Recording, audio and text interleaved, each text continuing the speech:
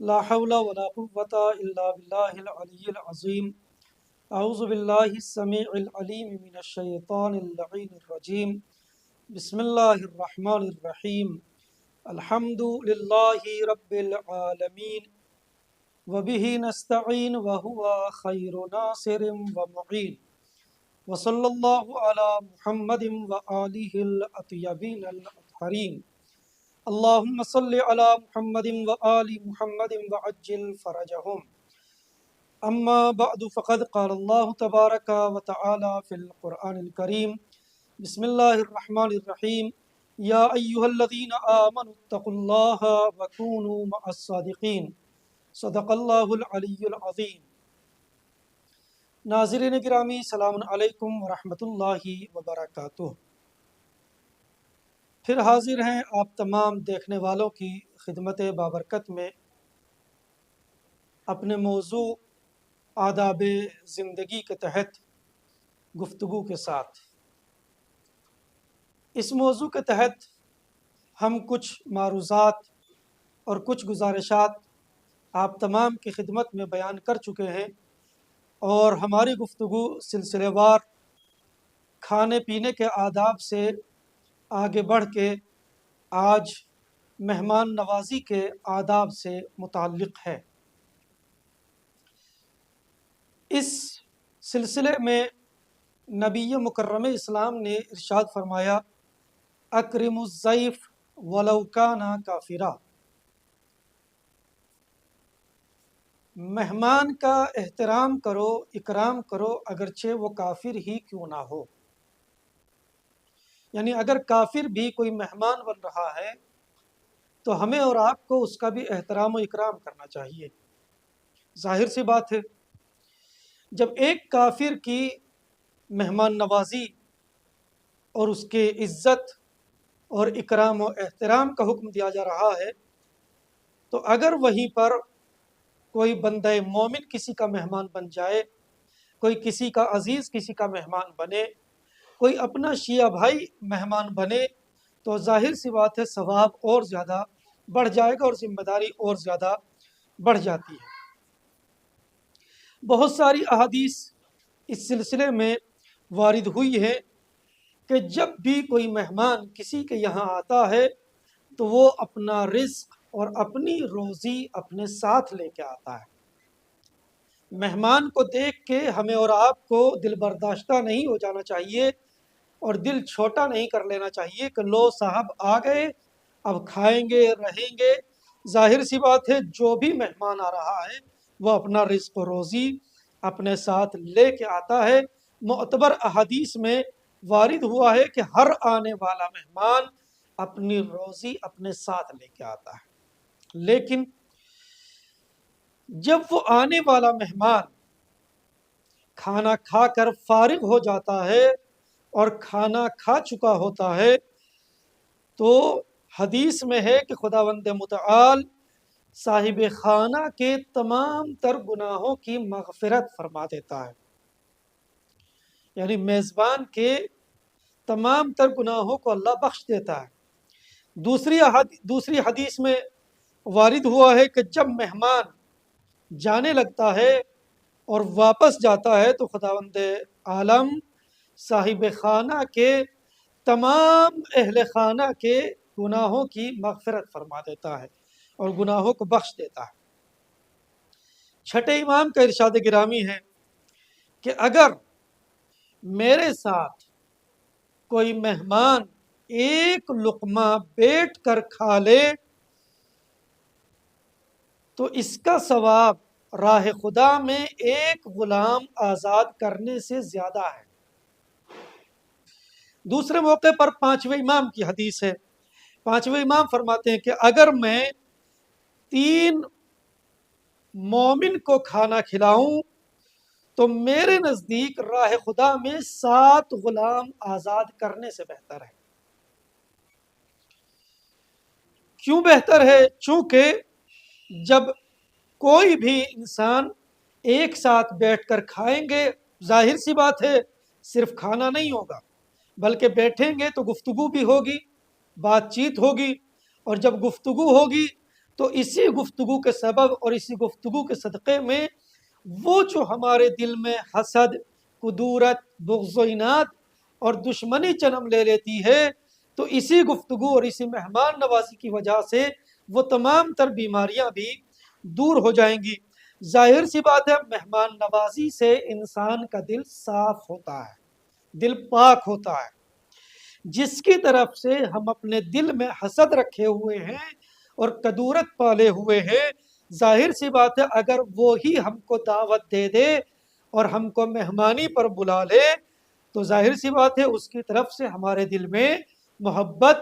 پیدا ہو جاتی ہے۔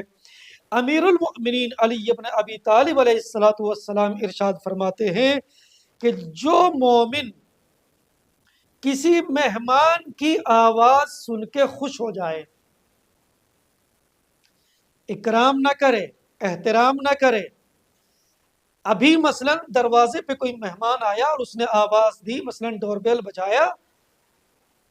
فوراً یہ سمجھا کہ مہمان کوئی آیا ہے اور اس نے اپنے اندر ایک خوشی محسوس کی، تو مولا فرماتے ہیں کہ جیسے ہی اس نے اپنے اندر خوشی محسوس کی، اس خوشی کی وجہ سے اللہ اس کے سارے گناہ بخش دیتا ہے، اللہ اس کے گناہوں کی مغفرت فرما دیتا ہے۔ کتنے گناہ بخشتا ہے اللہ؟ صرف ایک خوشی محسوس کرنے کی وجہ سے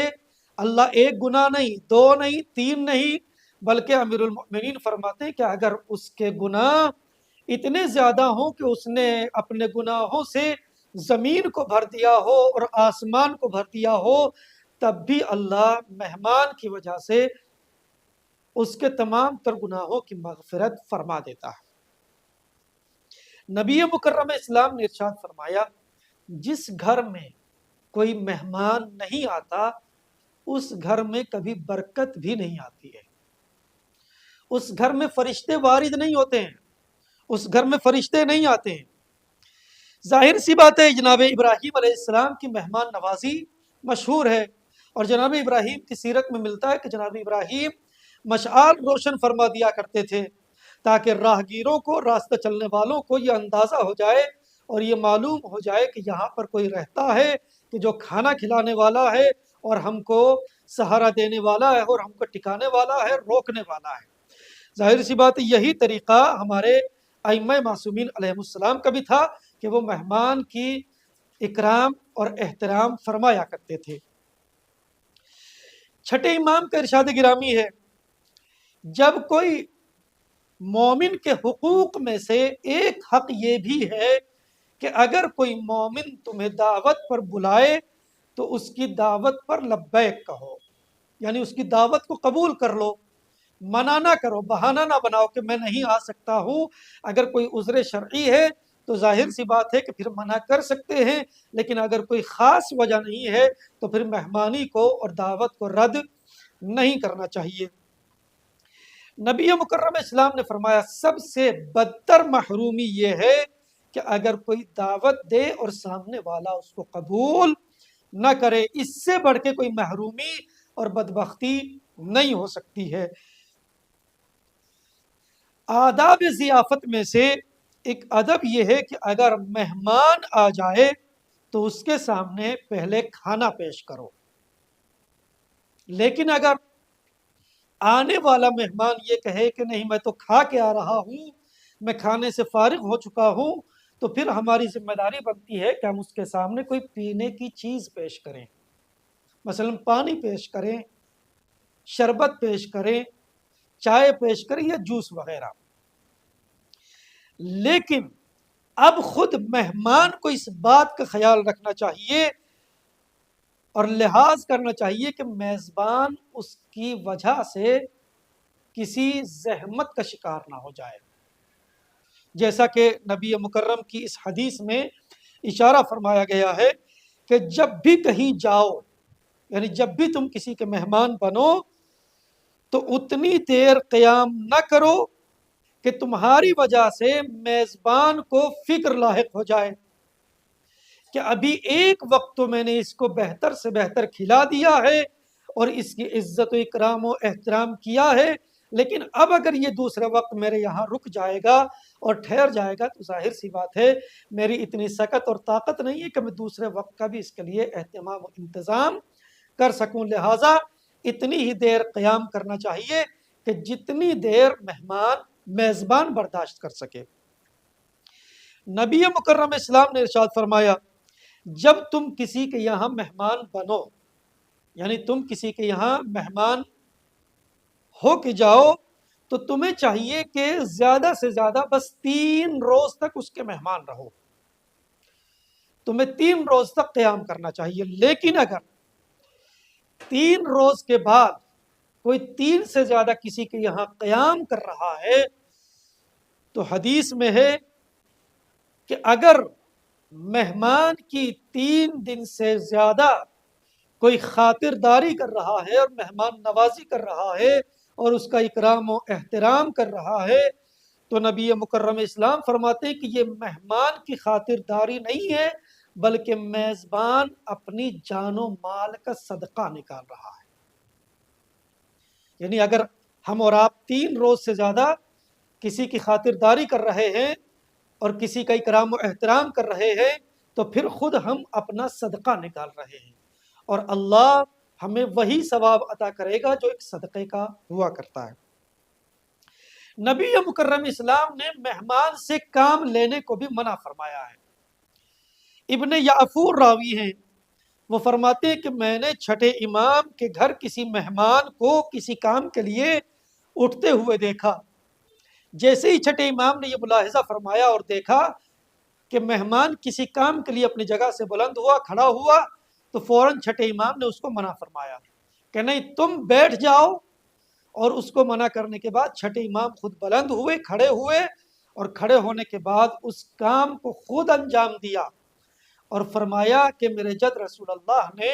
مہمان سے کام لینے کو منع فرمایا ہے۔ اسی طریقے سے دوسری روایت میں ہے، 8ویں امام سے روایت ہے کہ 8ویں امام کی خدمت میں ایک مہمان تھا، اس نے چراغ کو درست کرنے کے لیے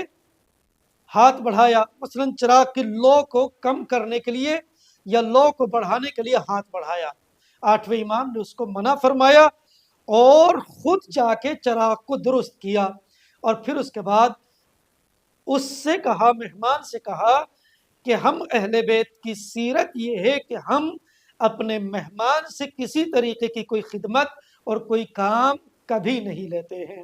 دعا ہے بارگاہ خداوندی میں پروردگار ہمیں ان تمام تعلیمات محمد و آل محمد پر عمل پیرا ہونے کی توفیق عنایت فرما۔ پروردگار اپنی آخری حجت کے ظہور میں تعجیل فرما،